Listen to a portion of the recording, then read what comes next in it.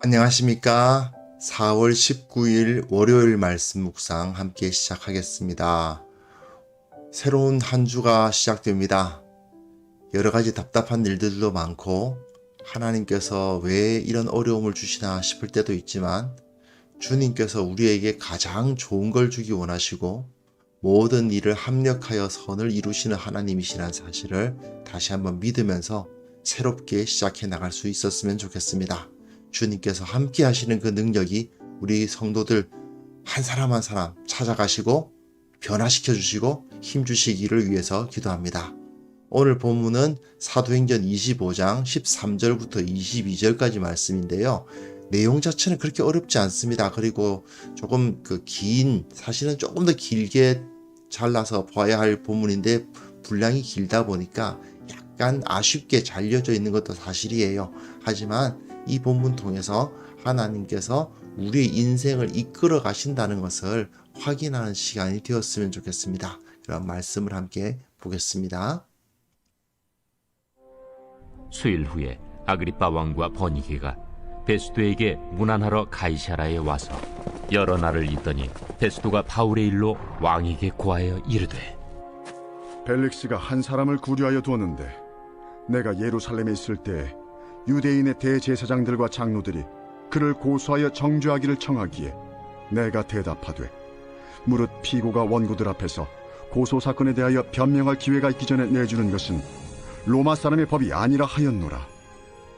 그러므로 그들이 나와 함께 여기 오매 내가 지체하지 아니하고 이튿날 재판자리에 앉아 명하여 그 사람을 데려왔으나 원고들이 서서 내가 짐작하던 것 같은 악행의 혐의는 하나도 제시하지 아니하고 오직 자기들의 종교와 또는 예수라 하는 이가 죽은 것을 살아있다고 바울이 주장하는 그 일에 관한 문제로 고발하는 것뿐이라. 내가 이 일에 대하여 어떻게 심리하는지 몰라서 바울에게 묻되 예루살렘에 올라가서 이 일의 신문을 받으려느냐 한즉 바울은 황제의 판결을 받도록 자기를 지켜주기를 호소하므로 내가 그를 가이사에게 보내기까지 지켜두라 명하였노라. 아그리빠가 베스도에게 이르되, 나도 이 사람의 말을 듣고자 하노라. 내일 들으시리이다.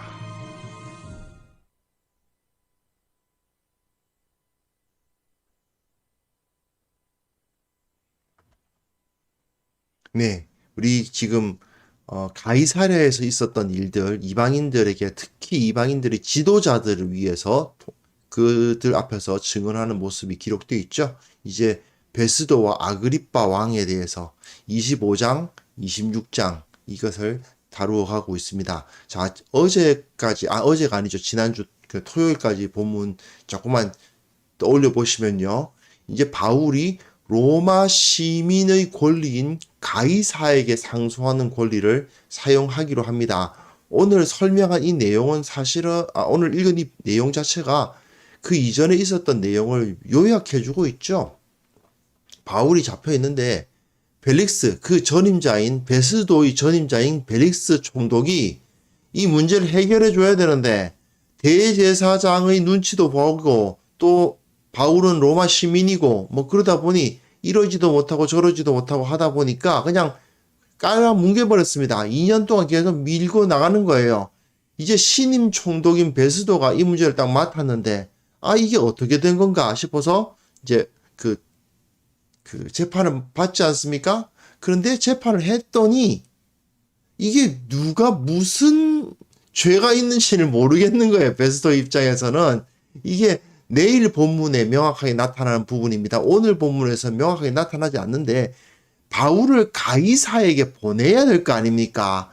가이사에게 보낸다라고 하기로 했는데 그럼 가이사에게 가시오라고만 할 수 있는 게 아니죠. 그 사람을 데리고 가서 이송을 해가지고 이 사람이 여차여차한 혐의가 있어서 이 사람은 부인을 하고 이 사람은 이런 혐의가 있고 등등의 싸움이 있다 보니까 당신에게 이 문제를 가이사의 법정에서 이것을 해결받기를 원한다 이렇게 공문을 써가지고 보내야 될 거 아니에요.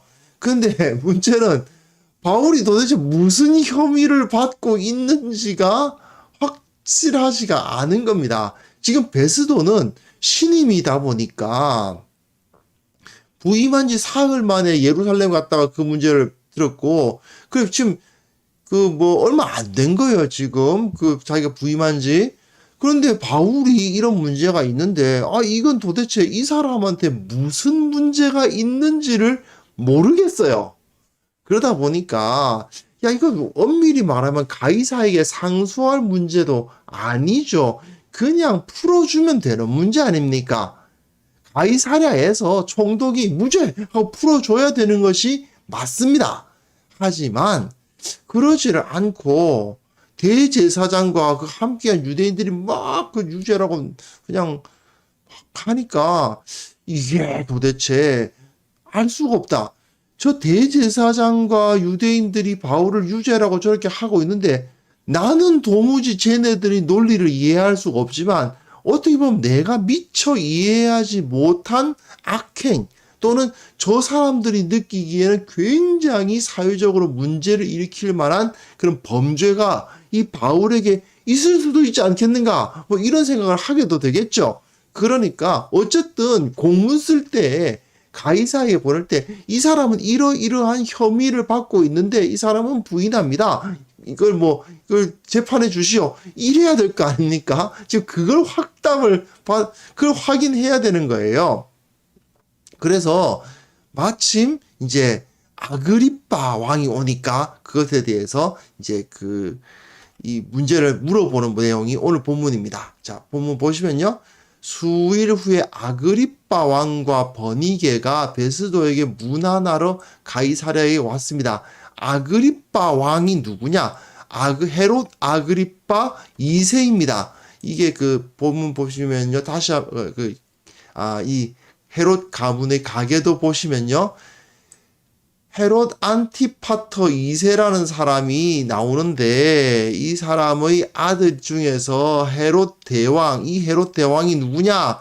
예수님을 그 아기 예수께서 태어나셨을 때 그 아기 예수님을 죽이려고 이제 동방박사들한테 나도 경배하려고 하니까 누군지 알려주라 이렇게 말했던 그 사람이죠. 결국은 아기 예수를 찾지 못하니까 예루살렘에 있는 그 2살 이하의 아이들 다 죽여버리는 그런 엄청난 악행을 저질렀던 사람입니다. 이 사람이 아내가 무지하게 많아요. 네, 5. 그 외입니다. 그 외 부인 5명, 10명. 부인이 엄청나게 많습니다. 그리고 그 부인들 밑에서 태어난 아들들도 많은데 아들들을 막 죽여요. 자기 왕권을 넘보는 아들이면 아들까지도 죽입니다. 그 정도로 악합니다. 어떻게 사실 2살 이하 아이를 다 죽이라는 명령을 어떻게 합니까? 사실은 인간이 아닌 거예요. 이 헤롯 대왕이라는 자가. 여하튼 그랬었는데 결국은 죽죠. 인간은 결국은 죽게 되어 있습니다. 자기도 곧 죽을 거면서 그러고 있는 거예요. 영원한 권력은 없죠. 죽고 난 다음에 그 밑에 여러 아들들이 있었지만 그 중에서 세 아들들이 그 헤롯 대왕이 차지했던 땅을 나누어 갖고 그러니까 이 사람들이 분봉왕이 되는 거예요. 분봉왕이 되고 이 사람은 이제 죽죠. 나머지 아들들은 영지를 받지 못하고 이 세 아들들이 나머지 아들들은 다 뭐 죽고 그렇게 된 거예요. 그렇게 땅을 가졌는데 이 아켈라오라는 자가 가지고 있었던 땅이 어디냐 하면 바로 그 유대와 사마리아와 그런 곳입니다. 어디냐면요. 요 지역입니다. 이 진한 녹색으로 그려져 있는 이 지역도 좀 나오죠. 이 아켈라오라는 자가 맡고 있었던 지역입니다.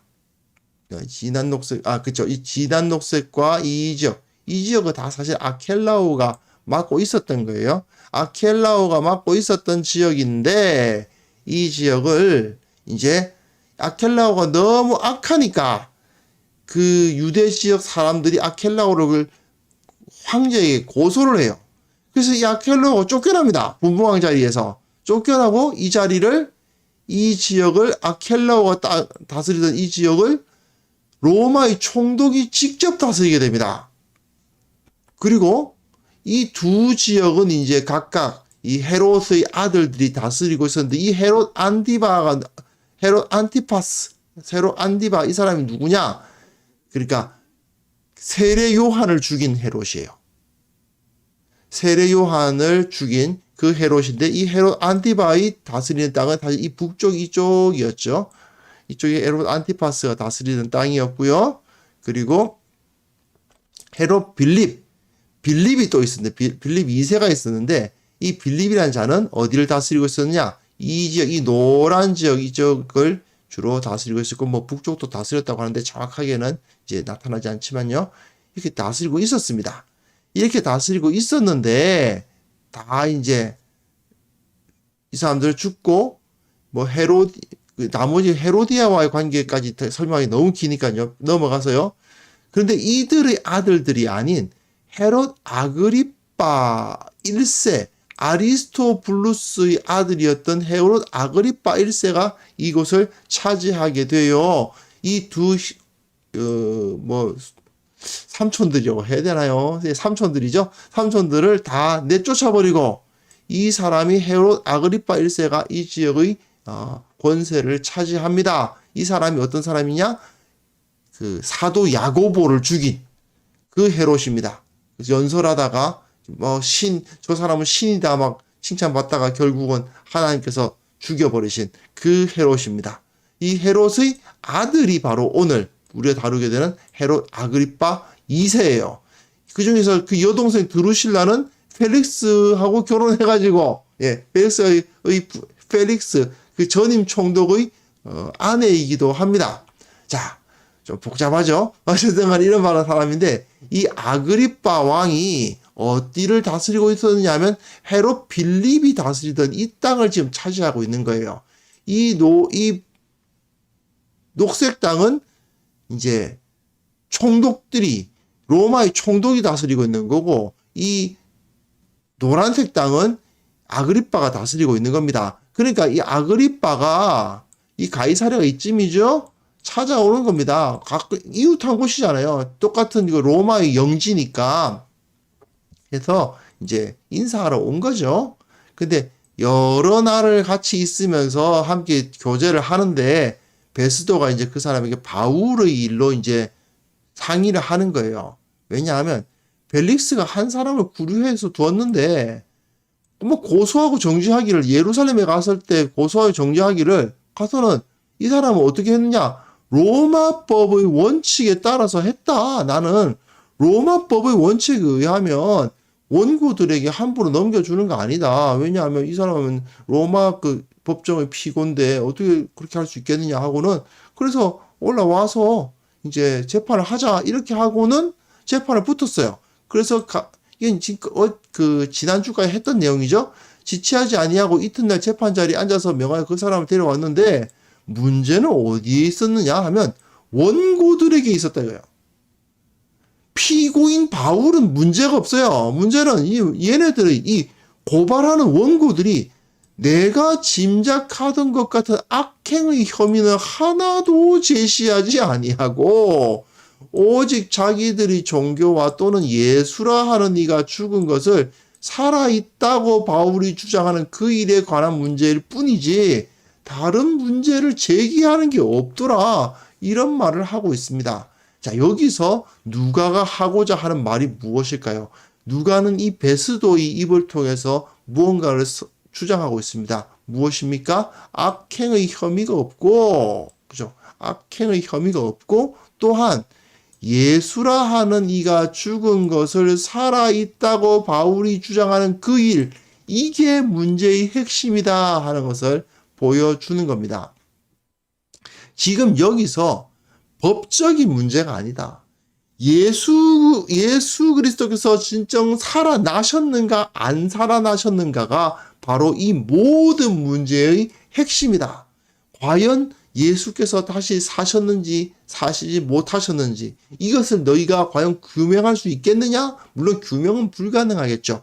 하지만 이 문제가 이제는 베스도에게, 아그리빠 왕에게, 즉 그 지역을 다스리던 높은 사람들에게 선포될 것이다 라는 것을 보여주는 겁니다. 문제의 핵심, 바울의 악행이 아니다. 문제의 핵심은 예수가 다시 살았느냐 아니냐, 이 문제다 이거예요.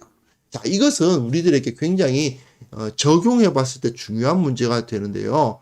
교회가 이 세상 가운데 나아갔을 때 교회가 이 세상 앞에서 어떤 문제가 되느냐 했을 때 말입니다.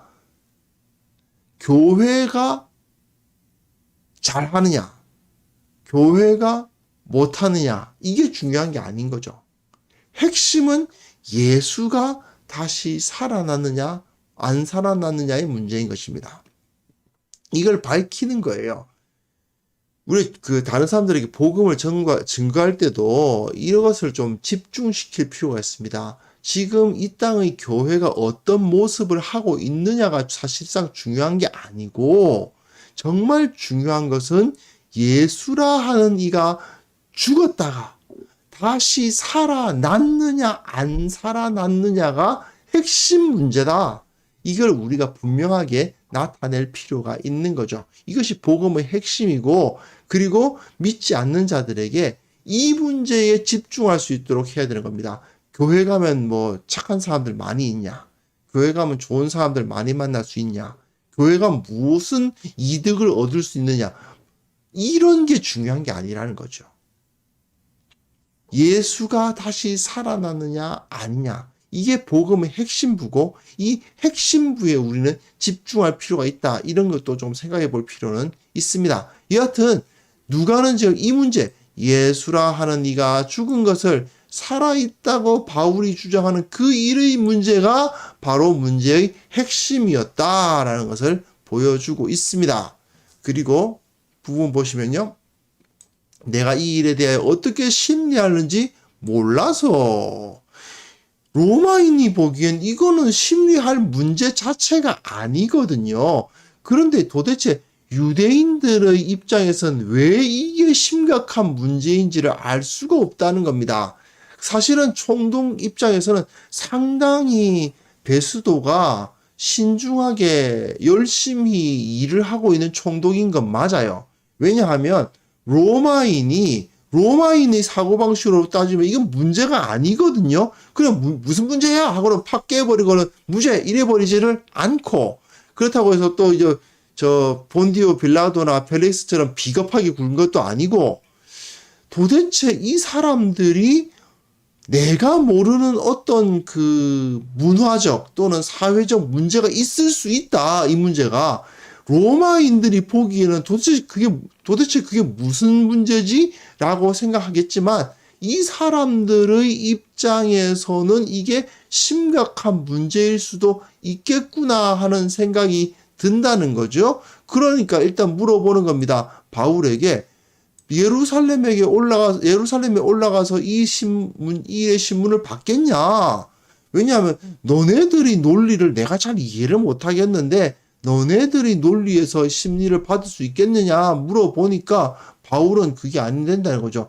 황제의 판결을 받도록, 즉 가이사의 판결을 받도록 자기를 지켜주기를 호소함으로. 왜냐하면 저자들은 원고인데 원고가 재판장이 된다는 것은 자기를 그냥 죽으라고 갖다 주는 거 아니냐, 그렇게 말하니까 그 말도 맞거든요. 그러면 이거는 분명히 로마식 사고방식이 맞아요. 로마식 사고방식에 의하면 원고가 재판장이 되는 그런 상황은 맞지를 않고, 또 내가 입장에서는 그건 또 맞는데, 근데 내 입장에서는 도대체 이게 왜 문제가 되는지를 잘 이해를 못하겠고, 이런 상황이 되니까 아그리빠가 어떤 사람입니까? 헤롯 대왕의 후손으로서 유대인들을 좀 이해하고 있단 말이죠. 그러니까 이것에 대해서 좀 도움을 구한 거예요. 조언을 구하니까 베스도에게 이르되, 그럼 나도 이 사람의 말을 듣고자 하노라. 제가 한번 직접 들어보겠습니다. 이렇게 되는 거죠. 이 사람이 도대체 무엇을 이야기하려고 하는 건지 이 사람들의 말을 한번 들어보고 이야기를 해봅시다. 이런 이야기가 됐다는 겁니다. 그러니까 베스도가 이럴 때 내일 들으시리다. 당장 이야기해봅시다. 이렇게 된 거죠. 그런데 사실 내일부터의 문제가 더 중요하고 오늘은 사실 앞에서 있었던 내용을 누가가 요약해주고 있는 거예요. 그러다 보니까 문제의 핵심부가 잘 안 나타나는데 근데 여기서 우리가 분명하게 파악할 수 있는 것은 첫 번째 좀 전에 말씀드렸지만 예수 그리스도께서 부활하셨냐 안 하셨냐 이게 문제의 핵심이었다라는 것을 첫 번째고요. 또 한 가지는 이러한 모든 일련의 사건들을 통해서 어떤 일이 벌어졌습니까? 로마 총독이었던 베스도와 그리고 그 갈릴리 동쪽 이 지역을 지금 베스도가 다스리고 있는 겁니다. 이 녹색 지역을. 그리고 이 연한 녹색 지역은 나중에 이 바울 사건 나중에 이제 아그리빠가 다스리게 된 부분이에요. 어쨌든 간에 이 녹색 지역은 총독이 다스리고 있고 이 노란색 지역과 빨간색 지역도 사실은 아그리빠가 다스리는 지역입니다. 이 전체 지역을 다스리는 두 왕들 앞에서, 두 통치자들 앞에서 바울이 복음을 전할 수 있게 된 거죠. 결국은 말하자면 어떻게 된 겁니까? 이 온 지역의 다스리는 통치자들에게 하나님의 복음이 전파될 수 있도록 하나님께서 섭리하셨다. 이게 상당히 오늘 본문에서는 중요해지는 것입니다. 자, 여러분 한번 생각해 보십시오. 예루살렘에 들어온 이후로부터 바울은요, 유대인 군중들에게 22장에서요, 그리고 천부장이 소집했죠. 산헤드린 공의회에서 23장에서 또 총독 펠릭스 앞에서 재판하면서 가이사랴에서 말이죠. 이거는 예루살렘에서, 이거는 가이사랴에서죠. 그리고 총독 베스도 앞에서 또 한 번 또 이야기했고 또 베스도와 아그리빠 왕 앞에서 다음 내일 본문에서 또 내일 본문부터 나오는 그 내용에서 또한 또 재판이 붙을 겁니다. 5번에 걸쳐서 바울은 복음 증거할 수 있는 기회를 얻은 거죠. 많은 사람들에게 이 예루살렘 지역에서 예수 그리스도의 부활을 내가 직접 보았다. 부활하신 예수님을 내가 내 눈으로 똑똑히 보았고 그분이 나에게 명령하셨고 나에게 이 사명을 주셨다라는 이야기를 할 기회를 얻게 된 겁니다. 그런데 바울이 그렇게 했나요? 아닙니다. 바울은 직접 이 복음 전할 수 있는 기회를 얻기 위해서 노력한 게 없어요. 그냥 바울은 성실하게 하나님 앞에서 거룩하게 자기 자신을 지키려고 노력했을 뿐입니다. 그 성전에 들어가서 결례를 행하고 있었잖아요. 이 사람은 어떤 복음 증거를 하려고 하지도 않았어요. 하지만 하나님께서 복음 전파를 위한 상황과 여건을 열어주시고 하나님께서 모든 상황을 다 만들어 주십니다. 그래서 산헤드린 공의회에 가서 전파도 하게 하시고 그리고 총독 2번에 걸쳐서 가이사랴에서 또한 전하게 하시고 총독 펠릭스 앞에서 뿐만 아니라 사실 제가 기억하지 않았습니다만 그 펠릭스와 개인적으로 그렇죠? 그 아내와 함께 드루실라 앞에서도 계속 복음을 전할 수 있는 기회를 계속 마련하게 하셨잖아요. 그뿐만 아니라 이 과정이 2년이 걸리는데 그 2년의 과정 가운데 바울을 휴식하게도 하시고 안식도 주시고 그 모든 환경을 다 만드셔가지고 바울의 휴식과 안식과 함께 또한 사명을 감당할 수 있는 환경을 다 만들어 주셨습니다.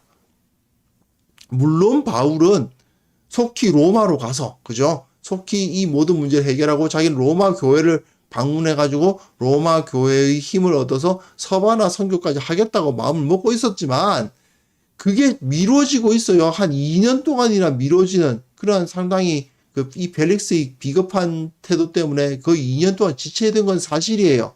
하지만 하나님은 그 기간을 통해서 또한 이 지역에 이 예루살렘과 갈릴리와 그 기타 여러 지역에 과거 헤롯 대왕이 다스리던 그 모든 지역에 복음이 전파되는 역사를 이루시고 그리고 결국은 로마의 힘으로 로마까지 보내주시는 역사가 나타나지 않습니까? 결국 이것을 통해서 우리가 깨달을 수 있는 것, 내가 하나님 앞에서 신실하게 믿음을 지키고 거룩하게 나 자신을 유지해 나가기만 한다면 내가 무언가를 하려고 하지 않아도, 내가 뭔가를 주도적으로 뭘 하려고 하지 않아도 하나님께서 주도적으로 나의 인생을 들어서 사용하신다는 것을 우리는 깨달아 알 수 있어야 됩니다. 바울에게 가장 좋은 것을 주셨죠.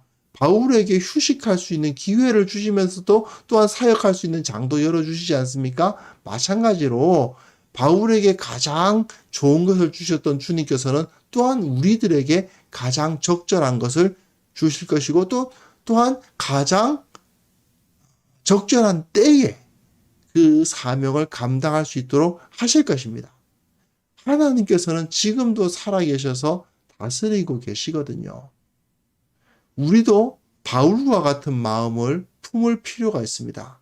지금 당장 무언가를 하겠다. 이거 해야 되는데 저거 해야 되는데 그러고 있기보다는요. 오히려 나 자신을 정결하게, 거룩하게, 훈련되게, 하나님의 말씀으로 충만하게 만들어 갈 때 주님께서 가장 좋은 때에 가장 좋은 여건에서 가장 크게 하나님의 일을 할 수 있도록 우리를 사용해 주실 것이다. 이것을 믿음으로 받아들일 수 있었으면 좋겠습니다. 결국 중요한 것은요. 내가 뭘 하지? 이것보다도 내가 주님과 더 가까워지는 것에 있다는 것. 바울은 이런 것을 하려고 하지 않았어요. 이렇게 많이 돌아다니면서 복음 증거하려고 하지 않았어요. 바울이 예루살렘에 온 것은 그냥 예루살렘 교회에게 그 헌금을 전달하고 이방인들이 여러분들이 이처럼 생각하고 있으니 이제 이방인 교회와 유대인 교회는 하나입니다라는 것을 선포하고 그것을 확인받고는 자기는 저 땅끝 서바나 갈 거라고 그렇게 마음먹고 있었어요. 하지만 하나님께서는 잠깐만 너 여기서도 할 일이 좀 남았다라고 말씀하시고는 조금 어려움을 당하게 하셨으나 유대인 군중들에게 좀 어려움 당하긴 했죠. 매를 좀 맞고 어려움 당하긴 했지만 그들에게 복음 전하고 사내들인 공의에서 복음 전하고 총독 두 사람에게 복음 전하고 그리고 이 2년 동안 좀 답답하긴 했을지 몰라도 헤롯 궁 그 좋은 데서 좋은 거 먹고 편안하게 자면서 나름대로 회복하고 그리고 다시 로마로 가서 복음 증거할 힘을 비축하게 하신 이후에 모든 베스도와 아그리빠 왕 그 모든 지역을 다스리고 있던 통치자들 앞에서 복음을 증거하게 하신 거 아닙니까? 이것처럼 주님께서 가장 좋은 것으로 우리들에게 채워 주십니다. 이것을 확인해 가셨으면 좋겠습니다. 중요한 것은 내가 하나님 앞에 정결한 쓰임받을 만한 깨끗한 그릇으로 준비되는 것이지 내가 주도해서 뭔가 하겠어 이거 해야 돼 저거 해야지 라고 하는 것 그것보다는 오히려 하나님 앞에서 내가 준비되는 것이 더 중요하다. 이것을 꼭 기억하셨으면 좋겠습니다. 물론 그렇다고 해서 우리가 무슨 어떤 사역을 하려고 해서는 안 된다. 그건 아니에요. 그건 아니지만 분명히 하나님께서는 우리를 그 어떤 일을 하면 하지 않을 수 없는 환경을 보여주실 것이고 정말 이것을 해야 되겠구나 하는 마음을 우리 가슴속에 갖게 해주실 때가 올 겁니다. 그러므로 나 자신을 지키고 보호하는 것에 더 큰 노력을 감당해야 된다는 것을 기억하면서 주님께서 우리를 직접 필요한 곳으로 인도하시고 정말 주님께서 원하시는 적절한 시간에 적절한 때에 적절한 환경에서 적절한 사역을 감당할 수 있도록 해 주옵소서. 함께 기도하는 시간 가졌으면 좋겠습니다. 기도하겠습니다.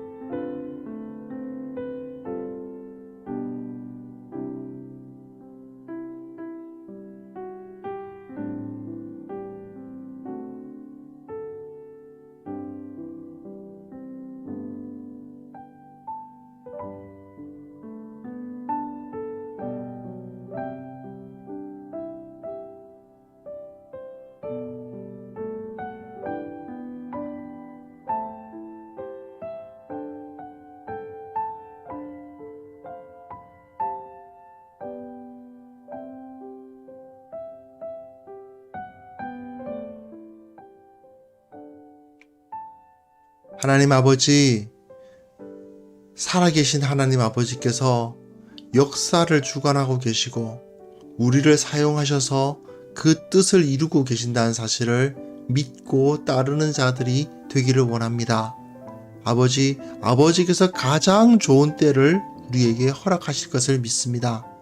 우리를 가장 좋을 때에 가장 적절한 여건에서 그리고 더욱더 준비시키셔서 가장 좋은 일을 우리가 하게 하실 것을 믿고 주님을 따르오니 주께서 역사하여 주시고 우리 삶의 모든 것이 주님 손에 달려있음을 기억하고 인정하면서 내게 가장 중요한 것은 주님 앞에서 거룩하고 정결하게 준비되는 것이라는 사실을 정말 믿고 따르게 하여 주옵소서.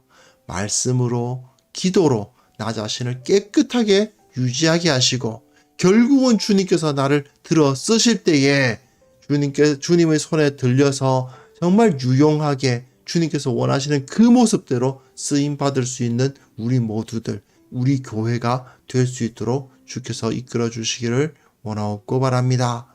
주님, 특별히 한국 교회를 위해서 기도합니다. 이 교회가 주님 앞에 정결하게 회복되게 하시고 세상에 하나님의 통치를 선포할 수 있을 만큼 깨끗한 그릇들이 다 될 수 있도록 도와주옵소서.